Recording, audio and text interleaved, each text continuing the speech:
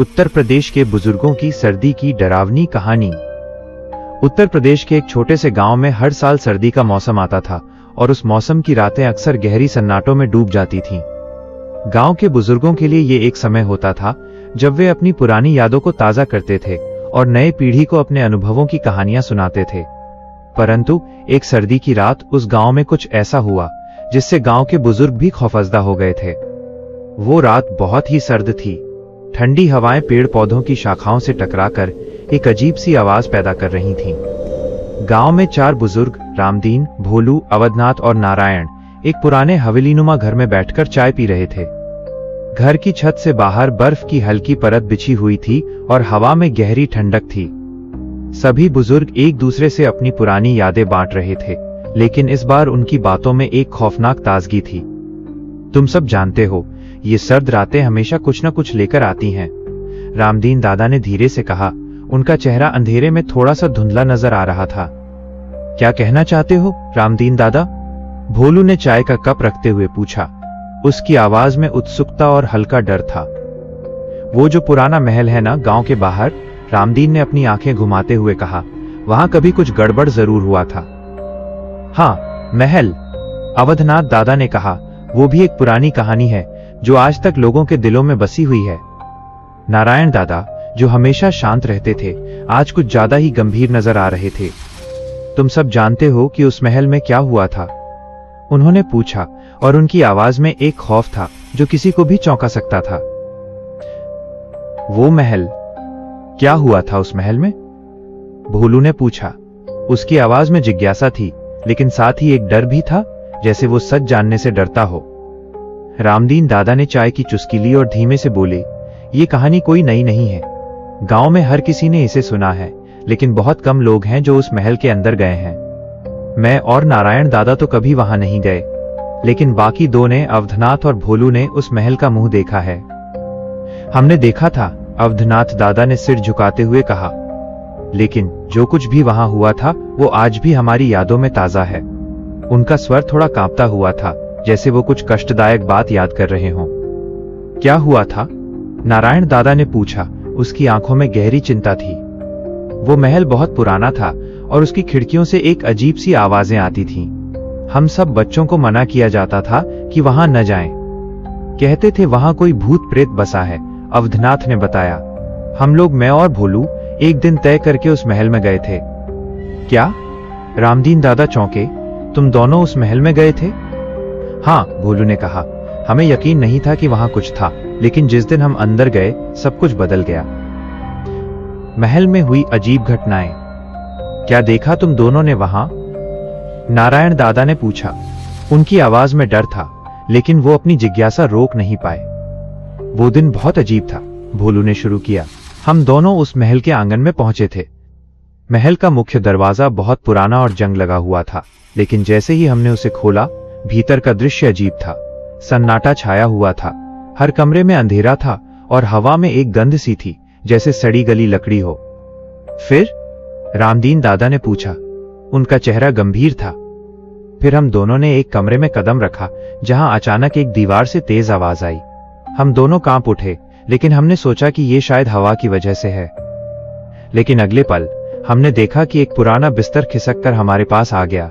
हम दोनों डर से बाहर भागे, लेकिन दरवाजा बंद हो गया। फिर क्या हुआ? नारायण दादा ने पूछा। अब उनकी सांसें थमी हुई थीं। हम दोनों ने पूरा महल खोज डाला। किसी कमरे में तो कुछ भी नहीं था, लेकिन एक कमरे में हमें एक पुरानी किताब मिली। वो किताब बहुत पुरानी और धूल से भरी हुई थी। जब हमने उसे खोला तो उसमें लिखी हुई बातें बहुत अजीब थीं।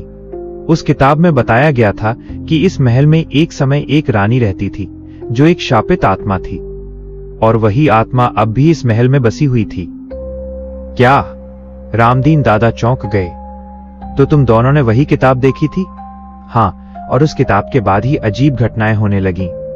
वो रानी की आत्मा, जो कभी मरने के बाद भी महल में कैद थी, अब हमें महसूस होने लगी। अचानक हमें आवाजें सुनाई देने लगीं, जैसे कोई रो रहा हो। फिर हम दोनों बाहर भागे, लेकिन दरवाजा अचानक बंद हो गया।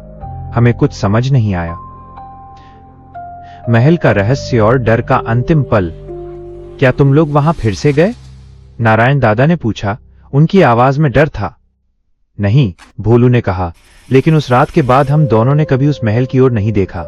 वो किताब हमें छोड़नी पड़ी थी क्योंकि हम समझ गए थे कि वो रानी की आत्मा कभी नहीं मरेगी।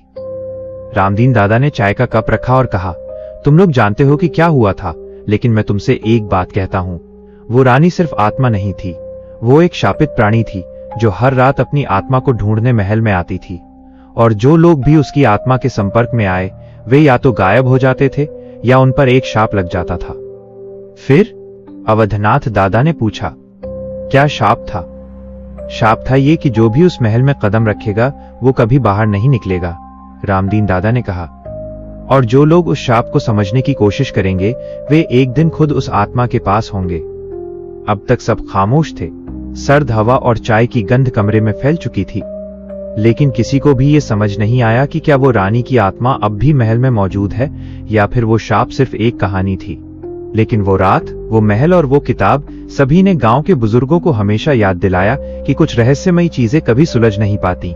कहानी में सबसे बड़ा सवाल यही था, क्या उस महल में कोई सच में आत्मा थी या ये सिर्फ एक खौफनाक कहानी थी जो सदियों से गांव में डर की तरह घूम रही थी। रात का सन्नाटा गहराता जा रहा था और चाय के कप खत्म हो चुके थे। चारों बुजुर्ग, रामदीन, भोलू, अवधनाथ और नारायण, अब भी एक दूसरे से उस महल की कहानी के बारे में बात कर रहे थे, जैसे वे किसी भूली हुई मगर खतरनाक याद को फिर से ताजा कर रहे हों। बाहर की ठंडक अब कमरे के अंदर उनके मन तक पहुंच चुकी थी। महल की ओर बढ़ते कदम और शापित ग्रंथ। रामदीन दादा ने चुपचाप अपनी चाय का कप रखा और फिर से बात शुरू की। उनकी आवाज में एक पुरानी थरथराहट थी। तुम लोग जानते हो, रामदीन दादा ने धीमे स्वर में कहा, वो महल जितना डरावना था उतना ही खौफनाक वो किताब थी। हम कभी नहीं जानते थे कि उस किताब में ऐसा कुछ लिखा हुआ था। जब मैंने और नारायण दादा ने उस किताब को देखा था तो हमें पहली बार महसूस हुआ था कि ये केवल एक कहानी नहीं बल्कि एक चेतावनी थी। किताब में क्या लिखा था? अवधनाथ दादा ने उत्सुकता से पूछा। क्या उस किताब में सच में कोई शाप था? रामदीन दादा ने सिर झुकाया और धीरे से कहा, वहां लिखा था कि रानी की आत्मा ने अपने ही महल के भीतर इतना खून किया था कि अब वो आत्मा उस महल में बसी हुई थी और जो भी उस महल में प्रवेश करता वो या तो शापित हो जाता या फिर उसकी आत्मा उस रानी की तरह कैद हो जाती। भोलू दादा ने तुरंत कहा, यह तो बहुत डरावना है, लेकिन क्या वो किताब हमसे कुछ छुपा रही थी? हमने तो उसे पढ़ने की कोशिश की, रामदीन दादा ने कहा, लेकिन जैसे ही हमने कुछ और पन्ने पलटे हमें ऐसा महसूस हुआ कि जैसे महल की दीवारें हमारी तरफ बढ़ रही हों। और फिर अचानक उस किताब के पन्नों से एक ठंडी हवा का झोंका आया, जैसे कोई बर्फ की आंधी हो। ठंडी हवा? भोलू ने चौंकते हुए पूछा, किस तरह की हवा? ये वो हवा थी जो किसी इंसान के सांस लेने से नहीं बल्कि किसी आत्मा के हवा में बसा होने का आभास देती थी। और फिर अचानक रामदीन दादा ने अपना गला साफ किया। उस किताब से एक खौफनाक आवाज आई, तुम सबको यहां से जाना नहीं होगा, तुम मेरे हो। महल में अंदर का सच, रानी की अदृश्य उपस्थिति। क्या तुमने सुनी थी वो आवाज? नारायण दादा ने डरते हुए पूछा। क्या वो आवाज सच में किताब से आई थी? हमने जो महसूस किया वो कोई साधारण आवाज नहीं थी, रामदीन दादा ने गंभीर होते हुए कहा। वो आवाज हमारे अंदर तक गूंज गई थी, जैसे कुछ हमें चेतावनी दे रहा हो। मैं और नारायण दादा तुरंत वहां से बाहर भागे, लेकिन डर के मारे किताब को वहीं छोड़ दिया। तो फिर क्या हुआ? अवधनाथ दादा ने पूछा। हम बाहर भागे थे, लेकिन जैसे ही हम महल से बाहर आए उस रात की सर्द हवा और भी ज्यादा तेज हो गई और फिर हमने सुना वो आवाज। रामदीन दादा ने कहा, हमने महसूस किया कि जैसे कोई हमारे पीछे था। हवा में सड़ी हुई गुलाब की पंखुड़ियों की गंध थी। क्या? भोलू ने चौंकते हुए पूछा। तुम दोनों को ऐसा क्या महसूस हुआ? वो आवाज धीरे धीरे हमारे पास आ रही थी, जैसे कोई हमारी तरफ बढ़ रहा हो। अचानक हम दोनों को महसूस हुआ कि हम अकेले नहीं हैं। और फिर तभी सामने आया वो रानी। रानी? नारायण दादा ने चौंकते हुए पूछा। क्या वो रानी सच में तुम्हारे सामने आई थी? हाँ, रामदीन दादा ने धीमे से कहा। वो एक अदृश्य रूप में हमारे सामने खड़ी थी। हवा का तापमान अचानक गिर गया और हम दोनों एक पल के लिए जमकर खड़े रह गए। और फिर उसने हमें देखा और एक अजीब सी हंसी हंसते हुए कहा, तुम दोनों नहीं बच सकते, तुम दोनों अब मेरे साथ हो। क्या? भोलू दादा ने घबराकर पूछा। तुम दोनों फिर बाहर कैसे आए? हमने उसकी आंखों में जो गहरी घृणा देखी वो हम कभी नहीं भूल सकते। हम दोनों डर से दौड़ने लगे और जैसे ही हम महल की सीमा से बाहर निकले वो ठंडी हवा शांत हो गई। फिर धीरे धीरे हमने महसूस किया कि हम वापस सामान्य हो गए थे। लेकिन उस किताब को छोड़ने के बाद जो हुआ वो कुछ और ही था। महल का खौफनाक राज और आत्मिक कैद। क्या तुमने उस रानी के बारे में कभी और कुछ सुना? नारायण दादा ने पूछा। क्या वो रानी अब भी महल में रहती है? रामदीन दादा ने सिर झुकाया और कहा, हमने बाद में सुना था कि जो लोग उस महल में जाते थे उन्हें न केवल शाप लगता था बल्कि उनकी आत्माएं उस महल में खो जाती थीं और फिर कुछ समय बाद वही आत्माएं उस महल के भीतर बसी रहती थीं। वो अपने साथ अन्य आत्माओं को बांध लेती थी। तो क्या वो रानी सच में एक आत्मा थी? अवधनाथ दादा ने पूछा, या कोई और भूत प्रेत? उसका रूप बदल चुका था, रामदीन दादा ने कहा। वो अब सिर्फ एक आत्मा नहीं रही थी, वह उस महल का शाप बन चुकी थी। और फिर एक दिन एक औरत जो महल के पास रहने आई थी उसने उस रानी के बारे में सुना। वो औरत महल के भीतर चली गई। कहते हैं वो उस शाप को तोड़ना चाहती थी और फिर कभी नहीं लौटी। और ऐसा ही कई बार हुआ। हर साल सर्दी में कोई न कोई उसकी चपेट में आता था। क्या? भोलू ने चौंकते हुए कहा। तो वो औरत? वो भी महल की चपेट में आ गई। हम सब डर से कांप रहे थे क्योंकि हर बार कोई महल के पास जाता वो कभी न लौटता। गांव में ये बात फैल गई कि रानी को सर्दी की रातें सबसे ज्यादा पसंद थीं क्योंकि उस समय उसका शिकार आसान होता था। खौफनाक अंतः दरवाजे पर खटखटाहट। वो रात और भी गहरी हो चुकी थी और चारों बुजुर्ग एक दूसरे को घूरते हुए ये सोच रहे थे कि वो रानी और उसका महल अब भी गांव के आसपास बसा हुआ था।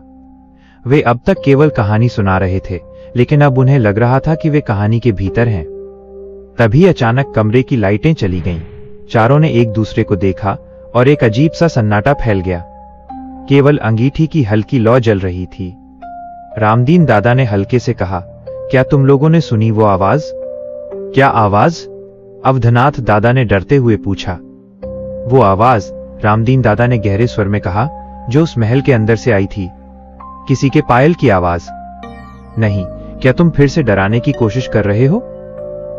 भोलू ने मजाक करते हुए कहा, लेकिन उसकी आंखों में डर साफ था। नारायण दादा ने डर से अपने हाथ जोड़ लिए।